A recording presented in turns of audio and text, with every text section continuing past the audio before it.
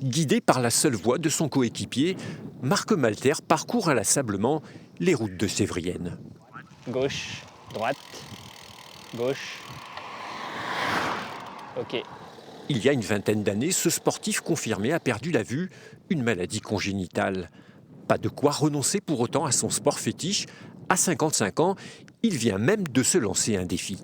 C'est faire en sorte que moi, en tant que non-voyant, je puisse faire l'ascension du col de l'Aubisque seul sur mon vélo. C'est plutôt avant toute chose un rêve qu'un exploit. Peut-être que ça va en être un une fois qu'on l'aura réalisé. Un exploit unique sur un col mythique du Tour de France. L'Aubisque dans les Pyrénées, 17 km classés hors catégorie, avec des passages à 13%. Alors le duo enchaîne les entraînements.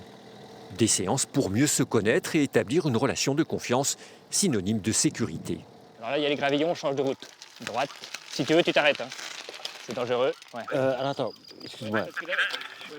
Non, c'est pas le problème. Si tu m'as dit on change de route, ça veut dire on va à droite, on va à gauche, on fait quoi?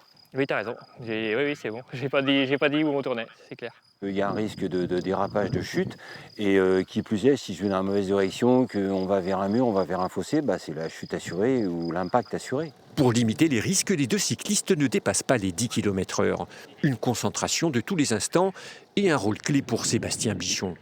Ce médaillé de bronze en vélo handisport aux Jeux Olympiques de Sydney remplace les yeux de Marc. Okay. Droite. S'il lui arrive quoi que ce soit, c'est parce que j'aurais pas donné les bonnes indications.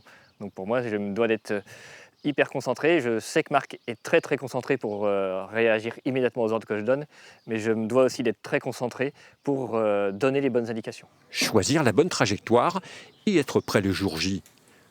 Pour mettre toutes les chances de son côté, le Moséen s'est imposé un programme spécifique à domicile. Vélo elliptique, renforcement musculaire, gainage et du home trainer pour atteindre des vitesses inaccessibles sur route. Si j'emmène ce braquet-là, que j'emmène sur le home trainer, j'emmène sur route, je suis à 32 km/h. Et s'il y a la moindre erreur de trajectoire, je serai dans les faits divers après. Et aucun détail n'est laissé au hasard. À l'aide de sa compagne, Marc s'alimente comme un sportif de haut niveau. J'ai fait de la quiche aux légumes. Est-ce que tu mais ça m'intéresse. On va éliminer tout ce qui est glucides, tout ce qui est matière grasse, pour essayer d'avoir une perte de poids, perdre quelques kilos. Handicapé comme valide, tout le monde peut faire son rêve, quoi. Réaliser son rêve. Vous l'encouragez? Ah ben oui, je l'encourage. Oui, tout à fait. C'est bon, on peut y aller. Là, tu connais le départ. Alors, c'est parti. Ok. Marc Malter et Sébastien Bichon s'élanceront sur l'Aubisque le 4 juin. Les deux complices espèrent gravir le col en moins de 3 heures.